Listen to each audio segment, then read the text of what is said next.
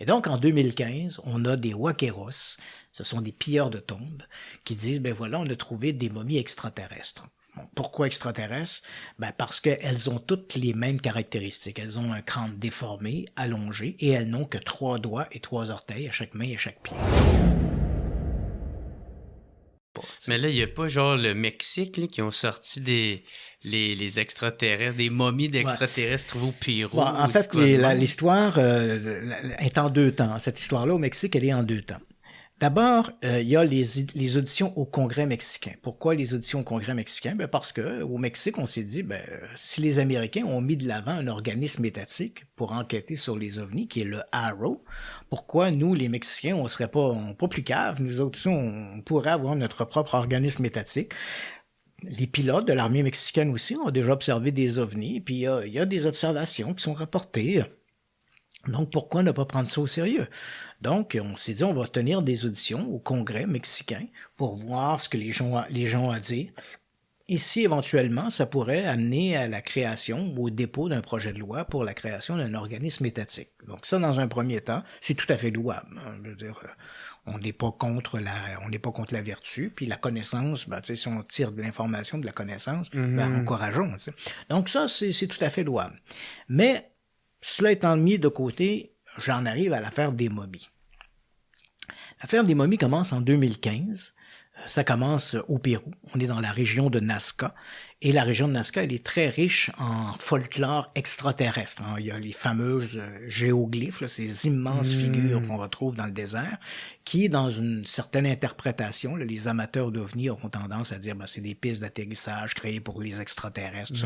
La théorie des ancêtres, les extraterrestres, là, nos ancêtres, les extraterrestres, ou qu'on appelle la théorie des anciens astronautes. Là. Donc, ma mère a vu toutes ces... Les géoglyphes? Ouais, donc, en avion. C'est ça. Donc, ces géoglyphes sont là dans le désert de Nazca.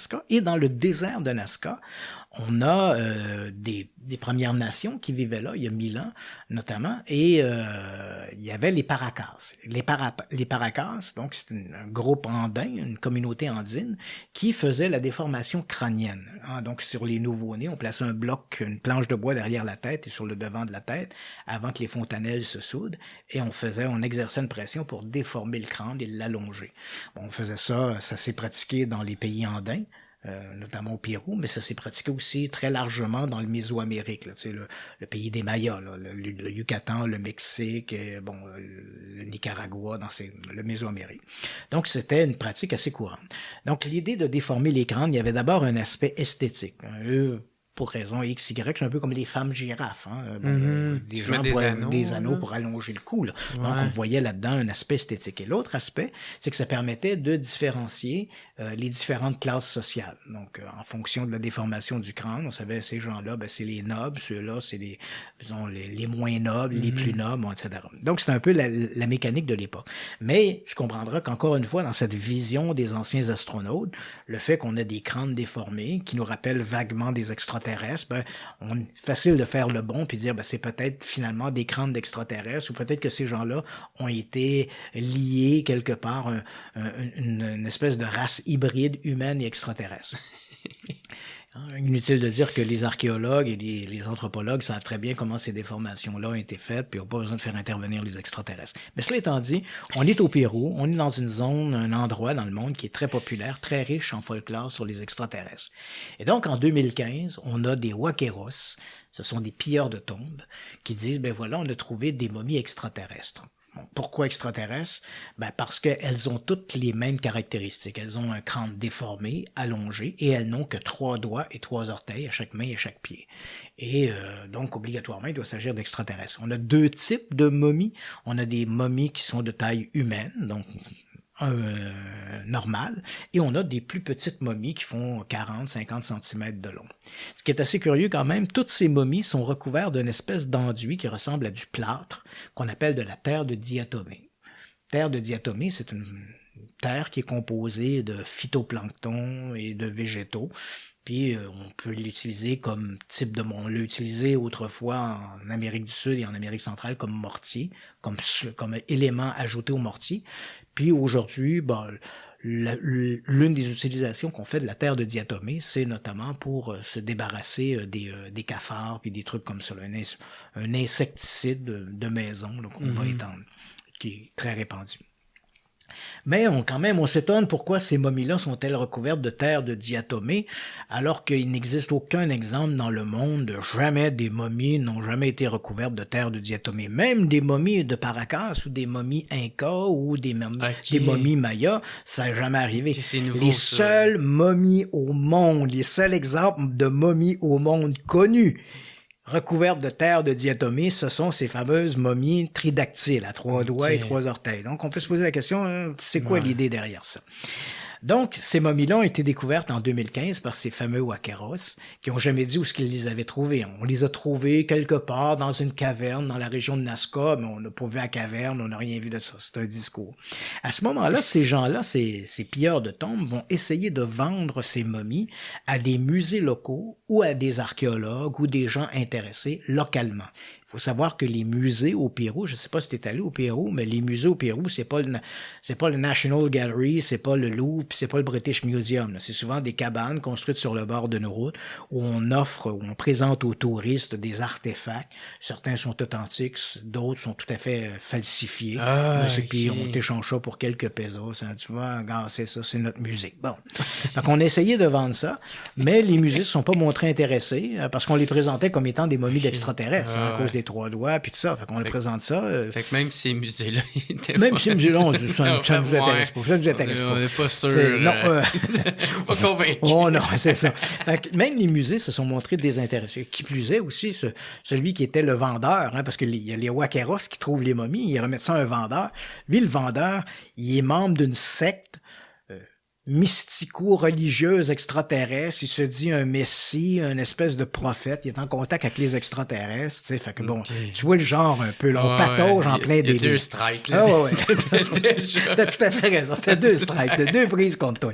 Mais très rapidement, en même temps aussi, ces momies-là, puis là, je vais essayer de te faire une histoire courte, parce qu'il y a plusieurs étapes, mais ultimement, ces momies seront observées, on va prendre des radiographies, des analyses des momies, et elles seront regardées par des véritables archéologues, des anthropologues qui vont regarder les photographies, les scans, les images thermographiques qui ont été prises.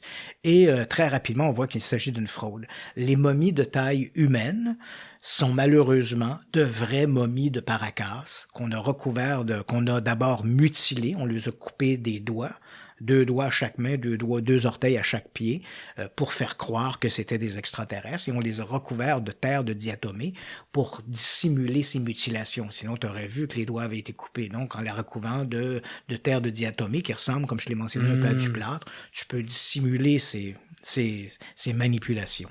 Quant aux plus petites momies, celles qui font 40-50 cm de long, là aussi, on est clairement en présence d'un bricolage. Ce sont des os d'oiseaux qu'on a accolés à des os d'animaux. La tête est un morceau de tête de lama. Bref, du bricolage. Et encore une fois, la terre de diatomée devient un peu le papier mâché qui permet de faire tenir ces choses-là ensemble. Souder tout ça. Et donc, très rapidement, quand les archéologues, les anthropologues ont vu ça, ils ont été un peu scandalisés. Ils ont d'ailleurs signé une déposition, une plainte qu'ils ont adressée au ministre de la Culture du Pérou. Mais il faut savoir qu'au Pérou, on a un pouvoir qui est complètement décentralisé. Particulièrement, le ministère de la Culture est décentralisé. Autrement dit, tu as des provinces et chaque province doit mener elle-même ses propres enquêtes et gérer elle-même le patrimoine. Donc, ça a tombé un peu entre 2 chaises. On s'est adressé au ministre de la Culture du Pérou qui lui a envoyé des lettres aux différentes provinces, puis merci, bonsoir, on n'en parle plus. Mais, et là, évidemment, la communauté scientifique, elle avait fait ce qu'elle avait à faire. Elle a donc analysé ces momies, a conclu que c'était des fraudes, et elle en a informé le ministère de la Culture. Donc, on s'est désintéressé des momies. Mais pas tout le monde s'est désintéressé des momies. Il y a au Mexique un type qui s'appelle Jaime Maussan. Ça s'écrit Jaime, là, J-A-I-M-E, là, mais ça se prononce Jaime. Donc, Jaime Maussan, qui lui se présente comme un journaliste, il n'est pas plus journaliste que moi, je suis pape, là, je veux dire. Jaime Maussan, c'est un entertainer, hein? Et c'est un entertainer dans la mesure où il anime une émission hebdomadaire à la télévision de Mexico, une émission très populaire qui s'appelle Troisième millénaire, qui fait essentiellement dans l'extraterrestre, les fantômes et tout le reste. Tout a gagné d'aller là. Et ce type-là a été impliqué au cours des 20 dernières années dans toutes les fraudes à peu près qui ont marqué l'histoire du Mexique sur les ovnis, etc. C'est un fraudeur de première. Lui, il y a 20 strikes. Et Jaime Maussan, faut le dire, Jaime Maussan, ma meilleure description que je pourrais dire de Jaime Maussan, c'est une espèce de P.T. Barnum mexicain. Alors, si les gens ne savent pas qui est P.T. Barnum, c'est un peu le père des grandes foires du 19e, 20e siècle, ce qu'on appelait les Chautauqua ou les freak shows. Là. Tu sais, là, on faisait des foires, c'était amener vos enfants à la foire, puis là, tu sais, le genre, la tante, là, venez voir dans notre tente, l'homme caoutchouc, la femme à barbe, tu sais, on voyait un peu ça. Le plus gros homme au monde! Ouais, P.T. Barnum, c'est ça. C'est Et P.T. Barnum, c'est un maniganceux de première. Ce type-là avait notamment deux leitmotivs, deux phrases qui répétaient tout le temps. C'est un idiot naît toutes les minutes. Autrement dit, tu vas toujours trouver un cave à qui tu vas pouvoir vendre des salades. C'est pas bon. Et la deuxième grande phrase de P.T. Barnum, c'était « Il n'y a jamais de mauvaise publicité. Parle-en bien, parle-en mal, mais tant que t'en parles, c'est bon. » OK. Mais Jaime Maussan est un peu un P.T. Barnum moderne. Un peu à l'image de P.T. Barnum, lui, il s'en fout que ce soit vrai ou pas vrai. Il y a une pièce à faire. Tant ou si longtemps qu'il y a une pièce à faire, Jaime Maussan lève sa main. Lui, c'est correct. Or, et comment on passe des momies au Congrès mexicain? Évidemment, quand le Congrès... Jaime Maussan, il faut te dire que quand au Pérou, la communauté scientifique s'est désintéressée des momies, on a adressé une plainte au ministère de la Culture. Les momies sont un peu tombées à plat. Mais Jaime Maussan s'est dit, si les momies n'intéressent personne, moi, elles m'intéressent. Donc, il en a racheté. Non seulement il en a racheté, mais il a même négocié des ententes parce que les momies ont été conservées dans un musée à Ica. Donc, il a fait des ententes avec le musée d'Ica pour pouvoir les amener au Mexique. Et d'ailleurs, fin 2022, il a organisé à Tijuana, dans le nord donc du Mexique, au World Trade Center de Tijuana, il a organisé une présentation des fameuses momies à trois doigts. C'est ça qu'on a vu. Qui a présenté comme étant non, c'est pas ça, mais on y vient. Donc il a fait cette présentation là. Évidemment, il présentait les momies comme étant des vraies momies extraterrestres. Il a pas dit un seul mot sur le fait qu'elles avaient été complètement discréditées par les archéologues et les paléontologues. Mais ça l'intéresse, mais c'est pas grave. Pour lui, il vend du rêve. Il y a toujours un idiot qui va être prêt à acheter cette salade là. Puis c'est lui qui m'intéresse parce que je vais aller chercher de l'argent dans ses poches. Donc, il a fait ça l'an dernier. Ça a connu énormément de succès.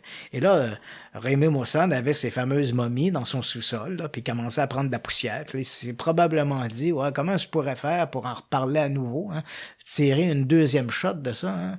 Et là, tout d'un coup, le hasard, le gouvernement mexicain annonce la tenue au Congrès mexicain d'audition pour parler des ovnis.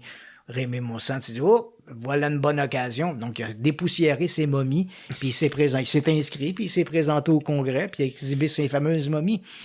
Ce qui est triste, c'est que ça a retenu l'attention de tout le monde. On n'a parlé que de ça. On n'a pas parlé des gens qui sont venus témoigner. On n'a pas parlé des récits qui étaient intéressants. On n'a pas parlé de la position du gouvernement mexicain par rapport à la question des ovnis. Jaime Maussan, un peu à la Donald Trump, a mobilisé tout l'éventail médiatique.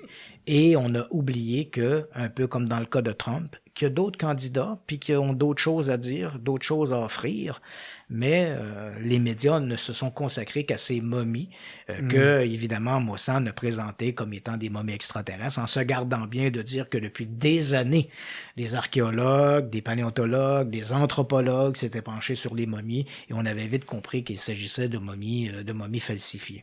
D'ailleurs, tu vois, on fait une réinterprétation aussi, parce que dans son discours, Jaime Maussan dit, voilà, j'ai des laboratoires qui ont fait les analyses des momies, et il y a 30% d'ADN qui n'est pas de l'ADN humain. Moi, j'ai un livre qui sort le 18 octobre prochain, qui s'intitule « Les grandes fraudes du paranormal ». L'histoire des momies est un des chapitres de ce livre-là. Et j'ai parlé avec les laboratoires qui ont fait ces fameuses analyses-là. Et ce qu'eux me racontent n'a rien à voir avec la fable que raconte Raymé Mossand. C'est pas ça qui s'est passé. D'abord, dans un premier temps, tous les laboratoires qui ont accepté de participer aux analyses, c'était des laboratoires qui avaient été payés. Donc, il n'y a pas une université ou un laboratoire qui s'est spontanément proposé de dire « nous, on va participer ». Ce sont des laboratoires qui sont des laboratoires professionnels, mais ce sont des laboratoires commerciaux aussi. Donc, si toi, tu trouves une patente dans ton jardin, peu importe ce que c'est, tu veux le faire analyser, tu payes 20$, puis ils vont l'analyser, tu comprends? Donc, eux ne portent pas de jugement sur ce que tu veux faire analyser. Ça peut être de la crotte de chien, ça peut être n'importe quoi. Tant que tu payes, ils vont l'analyser. Donc, ces laboratoires-là, donc, ont reçu ces échantillons. Et les responsables me disaient, donc, on a reçu les échantillons. On n'a pas assisté à la prise des échantillons, ce qui est déplorable. Hein. Généralement, si tu veux faire une analyse sérieuse, on doit voir l'objet, dans quel contexte il a été découvert, puis dans quel contexte, surtout en archéologie, on doit on doit connaître le contexte archéologique et voir comment les échantillons sont pris pour s'assurer que les règles scientifiques sont respectées. Donc, eux autres, pour ça, ils ont reçu une petite enveloppe, qui avait été cachetée, puis gars, analyse ça. Ouais. Puis notre mandat était d'analyser s'il y avait de l'ADN humain. Donc, oui, il y avait de l'ADN humain dans 70% de l'échantillonnage. 30% n'était pas de l'ADN humain. Dans la bouche de Raymé Mossand, 30% d'ADN inconnu devient 30% d'ADN extraterrestre. Mais c'est pas ça que le laboratoire dit. Il dit il y a 70% d'ADN humain, le reste c'est de l'ADN étranger. Mais étranger, ça peut être animal, végétal, n'importe quoi. Dire. Et d'ailleurs, je te l'ai mentionné, la terre de Diatomée, c'est une terre qui est fabriquée notamment par des restes de crustacés, du phytoplancton, des fibres végétales. Donc, une grande partie de ce 30% d'ADN inconnu pourrait forcément être en partie cette terre de Diatomée. Mais évidemment, Raymé Mossand, c'est pas ça qu'il dit. Il dit c'est pas sa narrative. Il y a 30% d'ADN non humain. Qui est pas faux. Qui est pas faux. Alors, à toi d'interpréter. Là, si toi, t'entends 30% d'ADN extraterrestre, ben libre à toi. T'es l'idiot de service à qui m'a vendre ma salade. C'est un peu ça. Exactement. C'est un peu triste, mais bon, c'est ça. C'est un peu l'état actuel de ces grands développements ufologiques au cours de cet été de 2023. Le podcast de cette semaine est une présentation de mon nouveau show, Jer-Alain Maturisé. Que tu me connais avec mes podcasts, mes apparitions sur scène ou à sous-écoute. Michel, vas-tu me signer, Michel? Signe-moi un gars! Ou peu importe, il faut absolument que tu viennes voir mon nouveau spectacle Jer-Alain Maturisé. Je le sais, c'est même pas un vrai mot. C'est juste pour te dire que depuis le temps, j'ai pris de la sagesse puis que je me prends zéro sérieux. Autrement dit, je suis toujours le même cave. Entre-temps, j'ai fait une dépression, me suis fait une blonde, puis j'ai fait une centaine de blackouts. Puis tout ça me laissait le temps d'écrire un nouveau spectacle, dont celui que je suis le plus fier jusqu'à présent. Fait que déguédine puis ouais sur le www.jeralain.com. Je vais passer à Terrebonne, Saint-Jean-sur-Richelieu, Trois-Rivières, Rouen, Gatineau, Sherbrooke, Québec, Chicoutimi, Jonquière, Drummondville, Montréal. On va rajouter plein d'autres dates en plus là-dedans. Fait que t'as aucune raison de pas venir me voir. Pogne tes billets au jeralain.com puis on se revoit dans un de mes shows. Yes sir!